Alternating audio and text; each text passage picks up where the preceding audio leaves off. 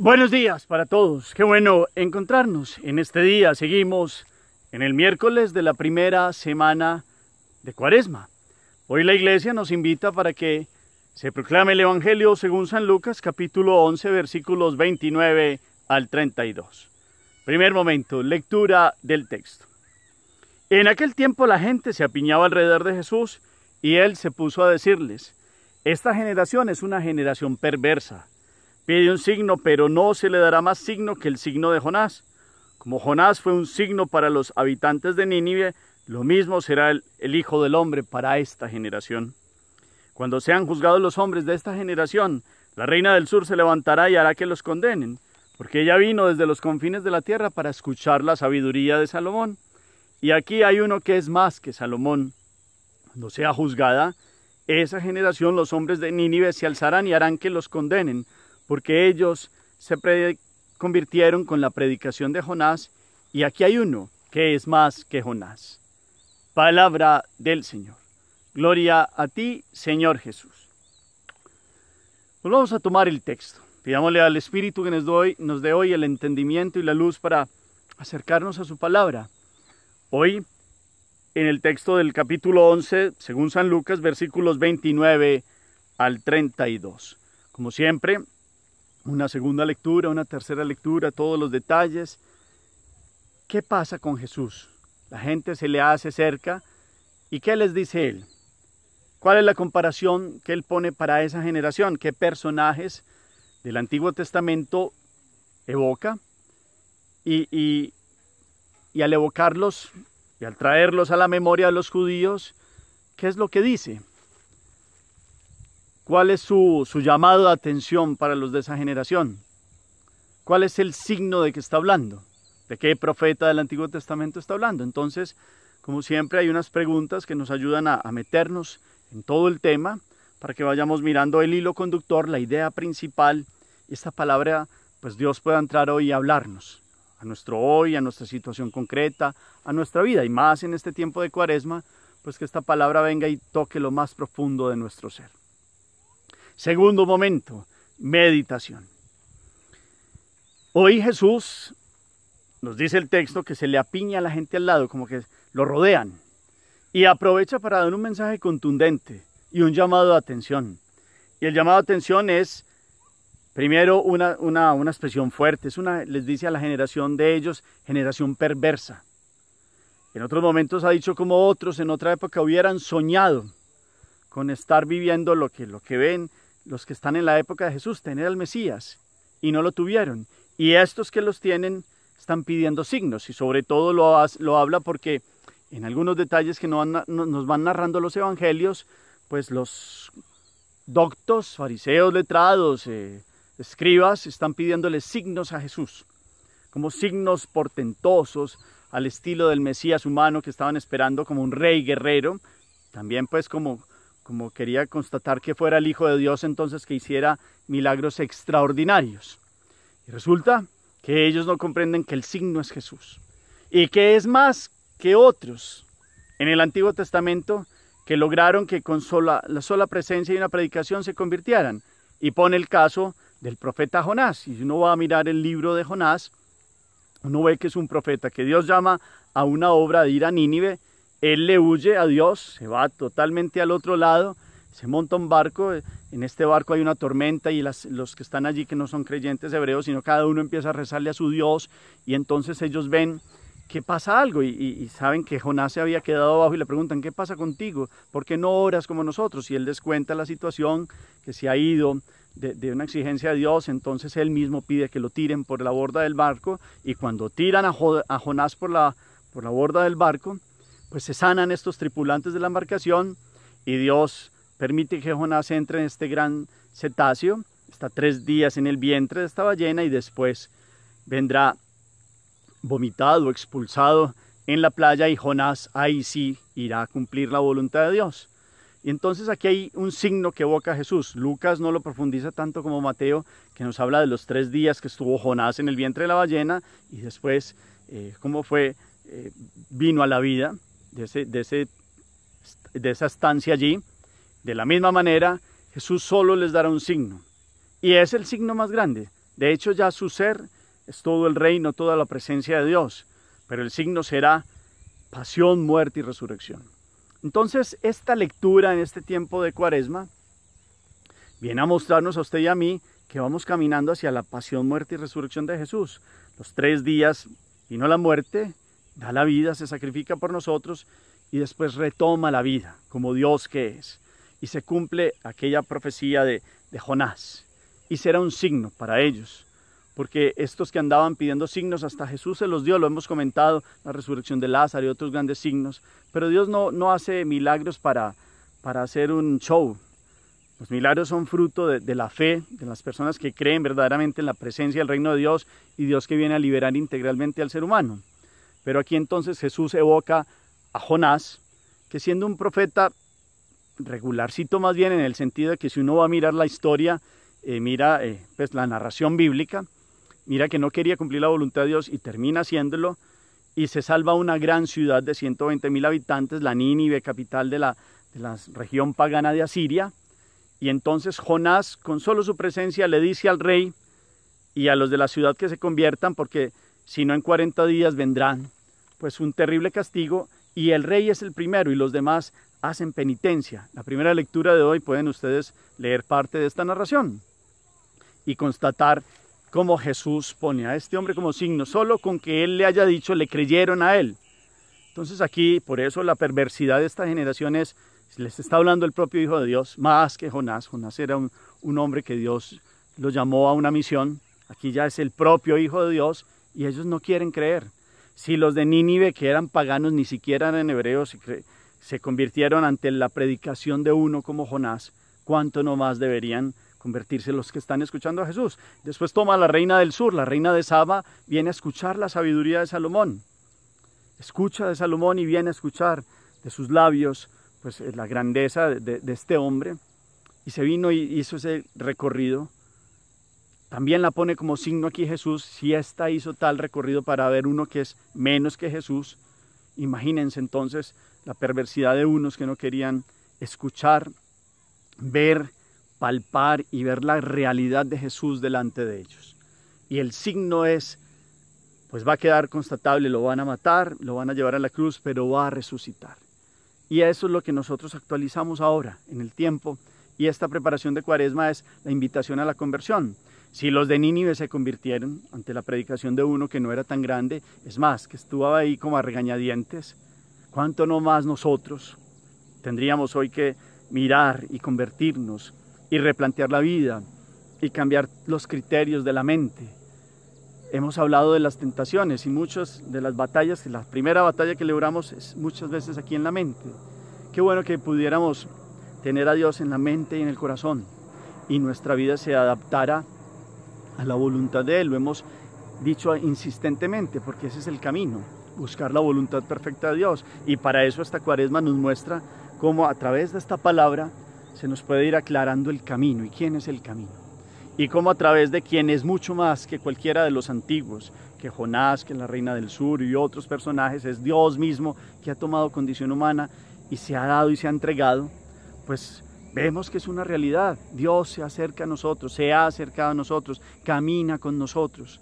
Entonces en esta Cuaresma la invitación y la meditación sigue siendo pues abrirle el corazón a Dios, colocar nuestra mente, nuestro entendimiento, nuestra inteligencia al servicio de esta capacidad que se nos ha dado para conocer que esta grandeza de vida y de existencia es un don de Dios, que todo lo que tenemos se lo debemos a Él, que el mal no es obra de Él, y que muchas veces hemos preferido muchas opciones que nos han separado de la verdadera vida en Dios.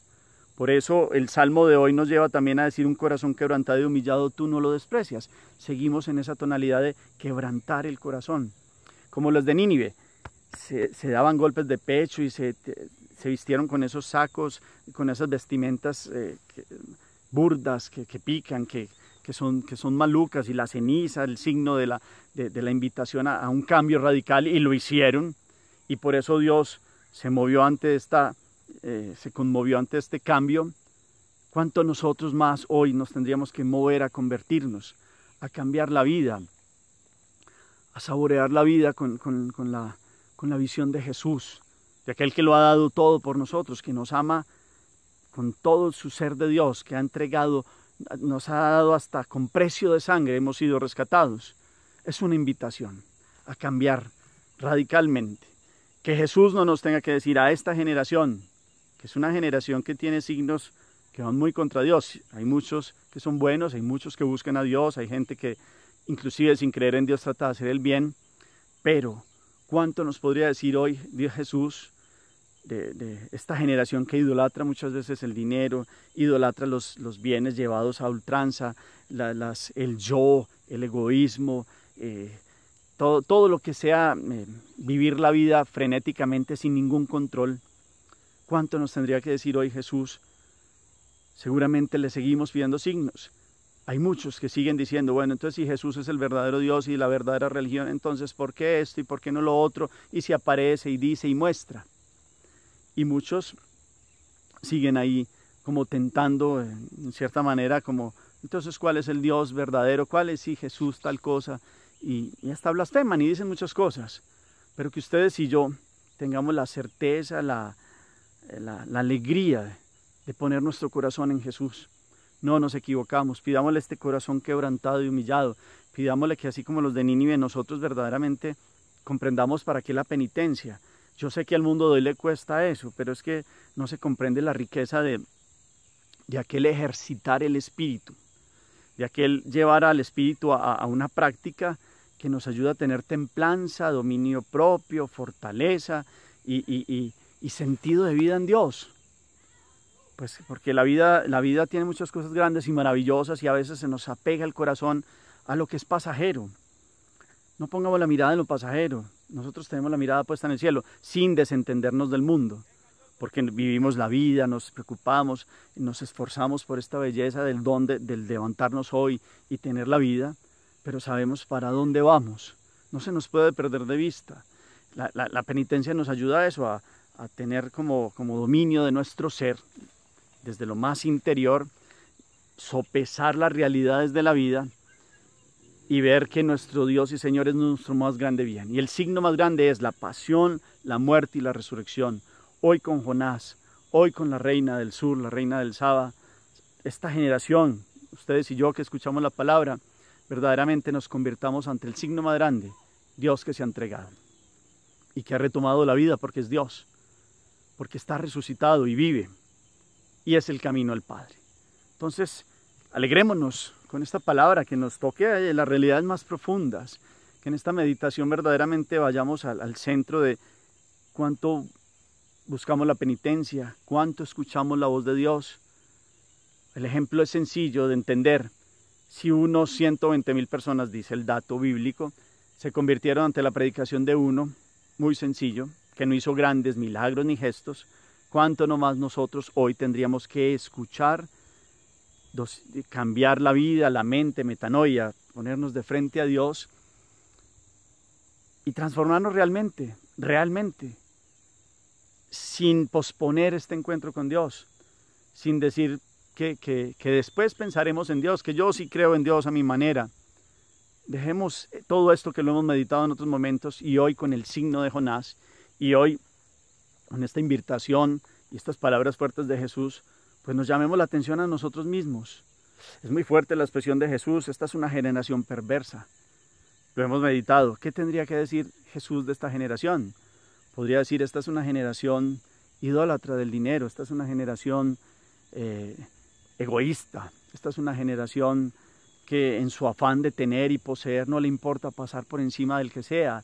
Esta es una generación, sí, hay gente muy buena que se levanta, que trabaja, pero sufren muchas injusticias. Esta es una generación que ha vuelto la sexualidad, que es un don muy grande de Dios, la ha convertido en un ritmo frenético del sentir y poner los criterios que quiera el hombre, y eso está bien.